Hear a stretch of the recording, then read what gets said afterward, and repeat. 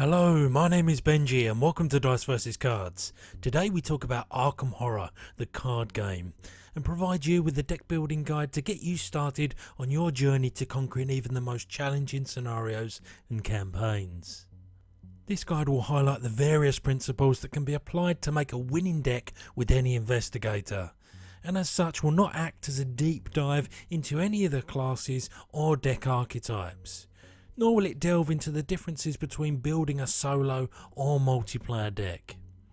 We'll also be using card examples predominantly from the core set just to make this video that bit more accessible.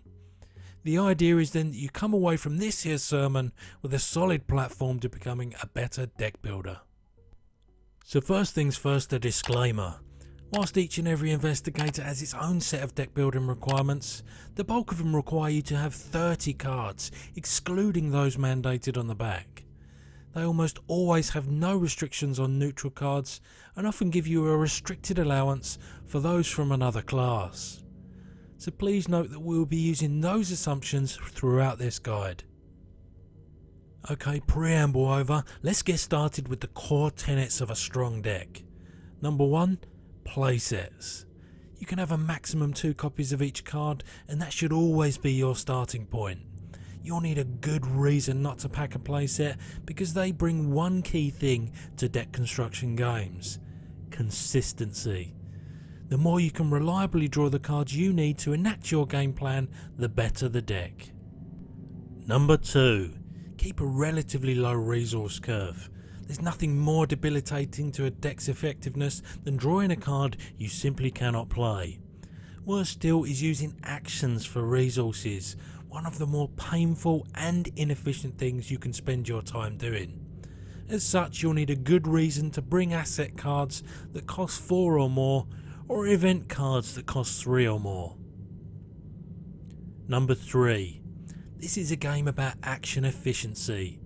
The moment you start thinking of your time at the table as a race between you advancing the act deck and the mythos phase advancing the agenda deck is the moment your eyes are opened to making sure that every action you take is pursuant to that goal.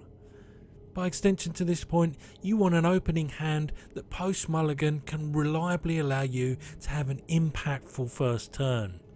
Not just to get you set up for the scenario ahead, but also to mitigate any early misfortune you might come across in the encounter deck. Number 4. This is also a game about skill tests. If you fail more than you succeed, you may as well pack up and go home.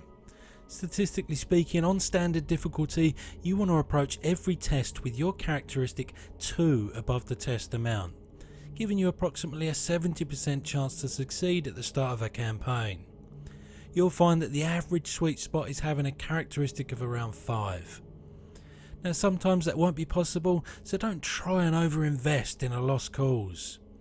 You'll also want to place a slight emphasis on combat and intellect tests, because these facilitate the 2 most direct routes to victory: dealing with enemies permanently and gathering clues.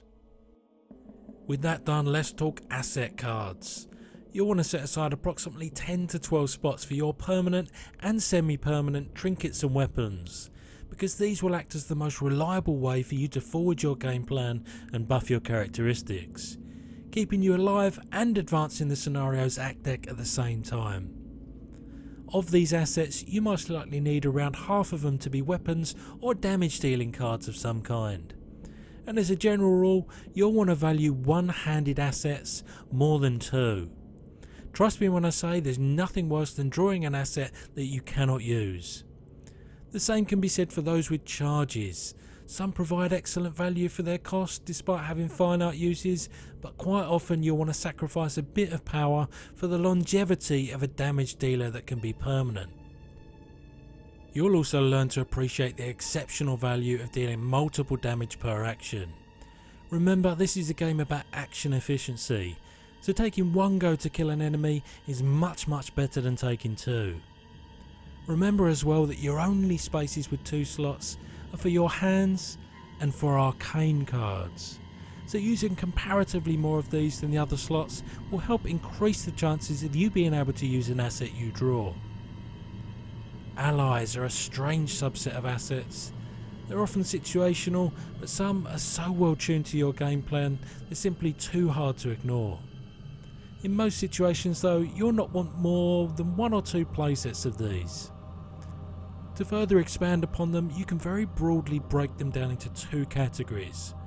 The first is the relatively cheap costing and disposable dorks like Arcane Initiate and Research Librarian that enter play, do their thing and then act as a health or sanity shield before they mosey on off to the discard pile. The second category, which are generally more expensive, are those indispensable sidekicks that help you do what you're good at even better, like Dr. Milan Christopher, or single-handedly enable the best version of your game plan, like Leo DeLuca. Other than that, whilst allies do bring a certain flavour and theme to proceedings, they can often be a drag on your resources. The joint most voluminous card type in your deck will be events, of which you'll need approximately 10 to 12. These one-time wham bam thank you ma'am cards that flesh out the core of your deck, accentuating your strengths and covering up your weaknesses, are absolutely vital for you to deal with all the challenges and curveballs that will come your way throughout a given scenario. One of the first names on the team sheet will be 2 copies of Emergency Cache. This is our first deck staple that you'll need a good reason to keep on the sidelines. Yes, we've been espousing a relatively low resource curve, but the measly 1 you get each turn is just too slow for most of our needs. So when assessing what makes a good event card, you'll start with the cost of course, but you'll also be prioritising 1 or more of 5 key requirements. First up is your straight up action cheating cards like Evidence and Magnifying Glass, that give you a net gain in actions in comparison to the normal order of things. Remember, you are at all times in a race with the agenda deck, and so the more you can do between each Mythos phase, the more you're winning that race. Secondly, cards like Working a Hunch or Drawn to the Flame that can give you free goodies without the need to take a test are invaluable.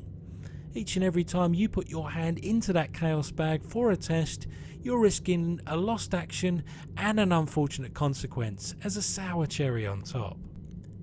Finally, cards like Prepared for the Worst and Cryptic Research that allow you to either draw cards or search for cards in your deck, add a capital C to its consistency. At any given time, you'll be saying to yourself, if I could just draw this 1 card, I'll be all good. Even with a fairly small 30-something card deck, you're still only drawing 1 card per turn, so that pile of cards can feel mighty large if you're looking for just 1 piece of it. When we talk about the final card type skills, we'll be looking at including around 7 to 9 of these, with 2 copies of the staple Unexpected Courage being particularly hard to ignore. As you can imagine, having access to wild skills in your hand is going to help you against any test, so should be valued accordingly. When considering specific skills, I find it better to bring those that will accentuate your strengths. And when assessing cards with more than 2 skill icons on them, which will often come with no extra perks or have a separate drawback, ask yourself if the boost will help you get you to your +2 target, or will it just result in wasted skill points. Whatever you do though, do not underestimate the skill icons across the length and breadth of your deck. Even if you'd plan to use a card for its primary function, don't be afraid to give a particularly useful boost when needed, especially as this can be one of the primary ways to help support your weaker characteristics, functioning as a backup for when you're staring down the barrel of a particularly nasty consequence. Rounding things up, we'll talk about off-class cards, which whilst not a card type of its own, will in many ways act as your opportunity to shore up the weaknesses of your investigator and of your deck. More often than not, that philosophy will be synergistic with simply taking a selection of the best cards from a particular class and adding them to your deck. So there you have it, our sort of beginner's guide to the general principles of building a good deck. Look out next week for another Arkham Horror video. However, that's it from me. I'll see you next time.